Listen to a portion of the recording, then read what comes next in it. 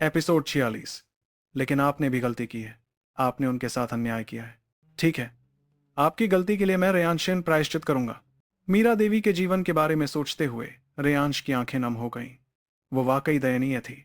जब उसने सोचा कि उसे सच्चा प्यार मिल गया है, तो पता चला कि उसे सिर्फ अगली पीढ़ी को जन्म देने के लिए एक साधन के रूप में देखा गया था। और जब अगली बार उसने सोचा कि वह खुशी प्राप्त कर सकती है, तो उसे फिर से धोखा दिया गया और लगभग अपने पिता और भाइयों को भी नुकसान पहुंचा दिया। यह सोचकर कि पहले उसने मीरा देवी के साथ कैसा व्यवहार किया था, रेयांश को लगा कि वो भी दोषी था। वो बहुत बुरी तरह रो रही है।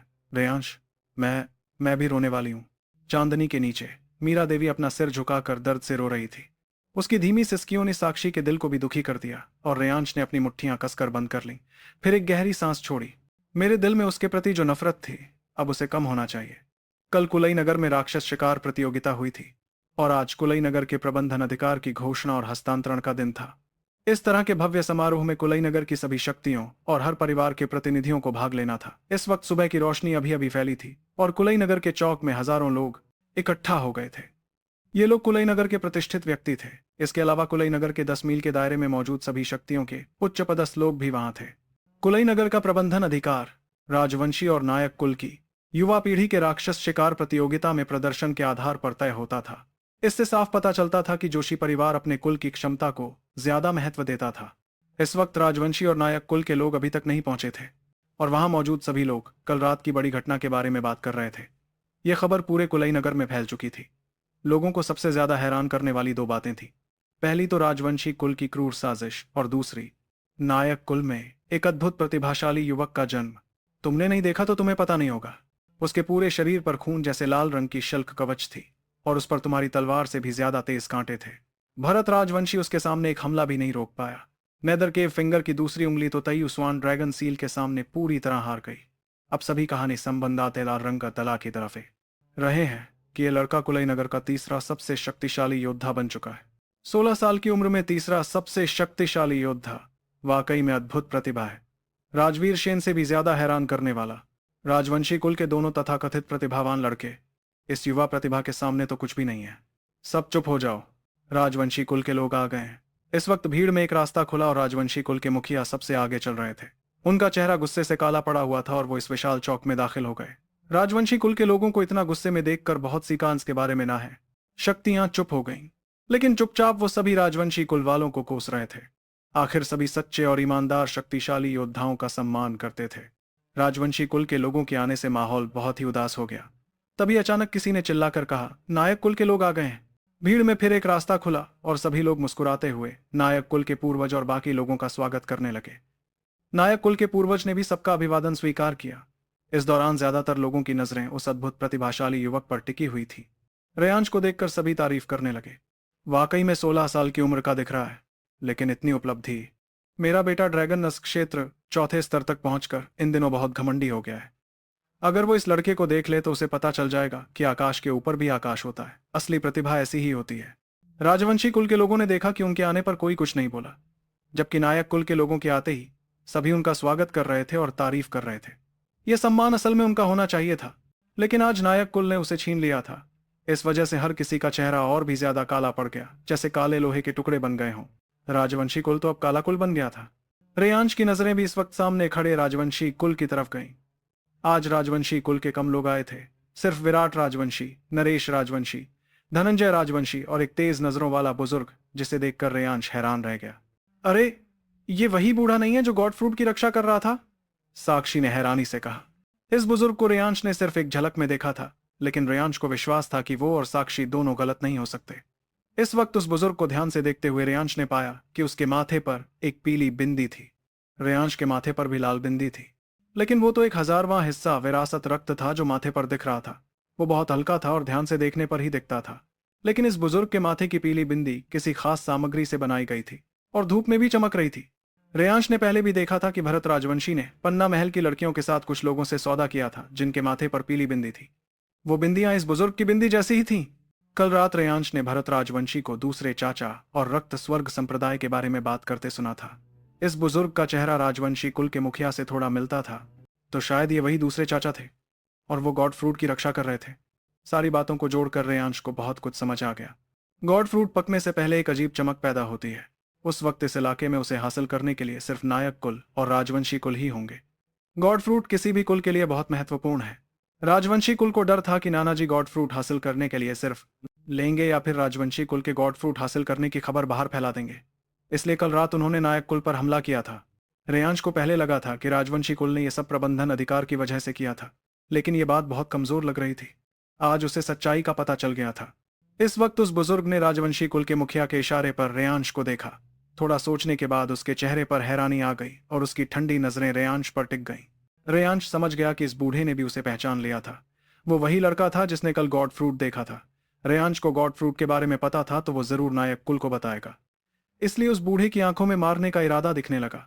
उसने राजवंशी कुल के मुखिया हर्ष राजवंशी से धीरे से कुछ बात की, जिसके बाद हर्ष राजवंशी का चेहरा भी बदल गया। उन्होंने नहीं सोचा था कि रेयांश राक्षस शिकार प्रतियोगिता के दौरान वहां तक पहुंच गया था।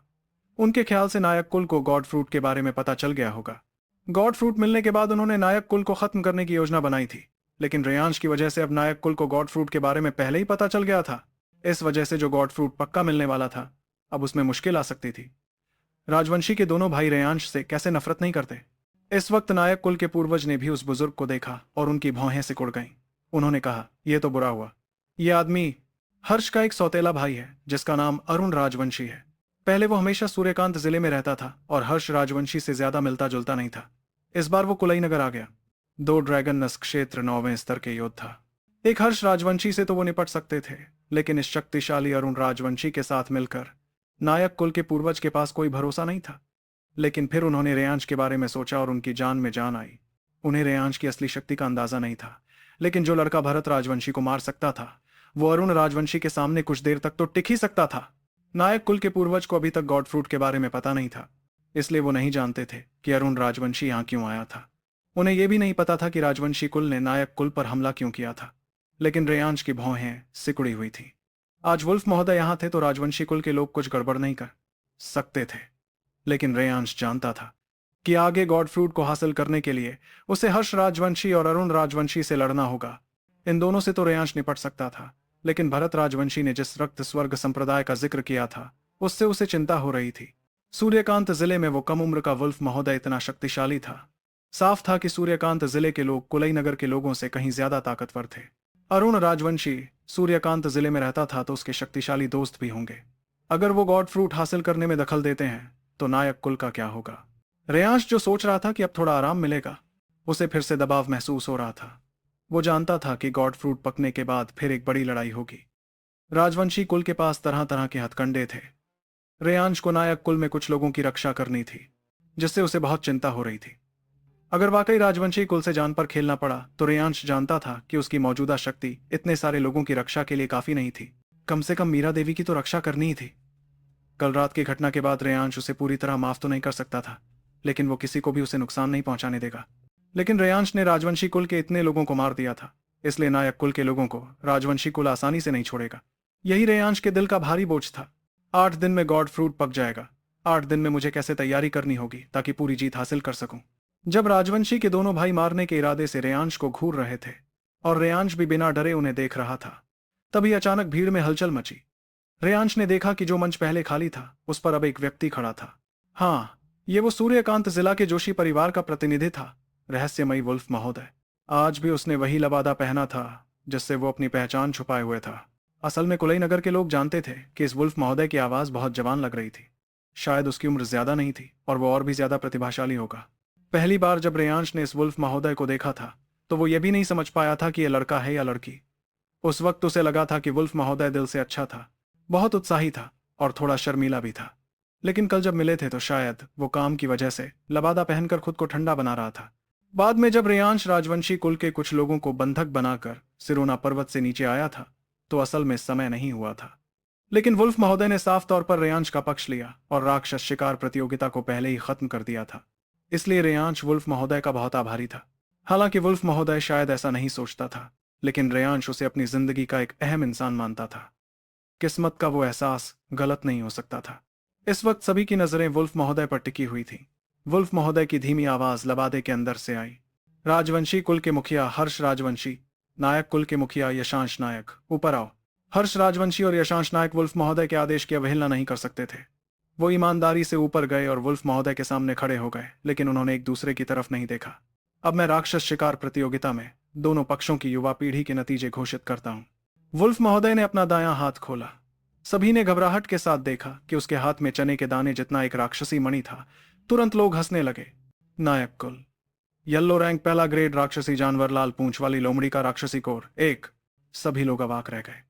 राजवंशी कुल की युवा पीढ़ी कल इतनी बुरी तरह हारी थी कि इस मामूली राक्षसी कोर को देखकर उन्हें लगा कि यह राजवंशी कुल का है, लेकिन यह तो नायक कुल का निकला। तुरंत सभी ने एक दूसरे की तरफ देखा और सोचने लगे, क्या कुलई नगर का प्रबंधन अधिकार फिर भी राजवंशी कुल का होगा? ये सोचकर कि अब उन पर राजवंशी कुल जैसे क्रूर लोग शासन करेंगे, उनके दिलों में ठंडक दौड़ गई। आगे के दिन मुश्किल होने वाले थे। आगे क्या होगा, स्टोरी में जानने के लिए सुनते रहिए इस स्टोरी को और चैनल को भी ज्वाइन कर ले। आगे के एपिसोड इसी चैनल पे आएंगे, तो सब लोग इसे ज्वाइन कर लो।